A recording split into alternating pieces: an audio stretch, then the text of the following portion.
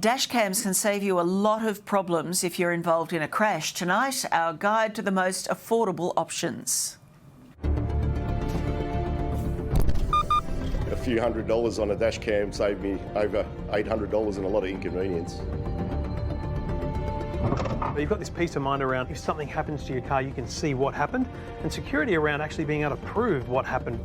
The internet's flooded with dash cam vision just like this.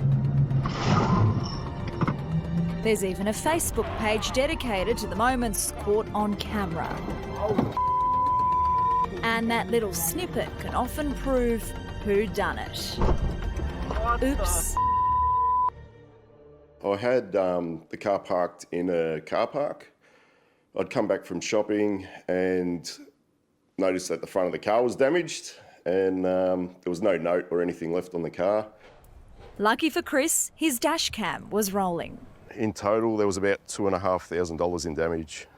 Chris says he was able to prove his innocence to his insurer and track down the driver at fault. Both the police report and the footage was submitted to my insurance company, and they covered all the costs in terms it cost me nothing out of pocket, didn't have to pay my excess. How much is this going to set us back? What's it going to do for us? $50, big W, that is your basic dash cam. You put it on, you power it through the old cigarette lighter, and every time you get in the car, it powers up, it records everything that happens. Tech expert Trevor Long says the more you spend on a dash cam, the more features you get. Consider it like buying a mobile phone. You go a little bit higher, you get GPS tracking, so you can find out where the video was shot. This guy here from Navman, this actually has a GPS sat-nav in it, so you can use it for navigating where you need to go while you're recording the dash cam vision out the front. Kill two birds with one stone. Spot on. It's important to note most dash cams will eventually delete old recordings to make room for new recordings. But as soon as the device feels an impact, like a bump, it'll instantly save that moment in time until you need it. So this is where we start to get that rear camera as well. So these two from Uniden both have your standard front dash cam, but they also have this little tiny one here, which through a wire that you put through your headliner under the floor, actually connects a camera that's looking out the back of the car. We've set up 3 dash cams in Trevor's car to test the difference.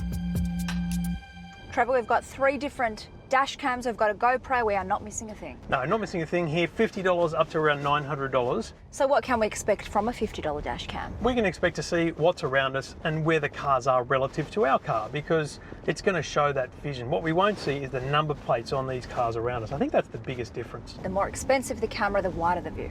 Field of view. The cheaper camera will look directly forward, whereas the more expensive cameras will have a wider view, so you can kind of see what's coming on the sides as well, which is important in determining what happened before an accident. Lisa Cable from the Insurance Council of Australia says while insurers won't factor in the usage and installation of a dash cam in their policies, the vision captured could be crucial. Dashcam footage may help drivers who are not at fault protect their no-claim bonus and also potentially not pay their excess.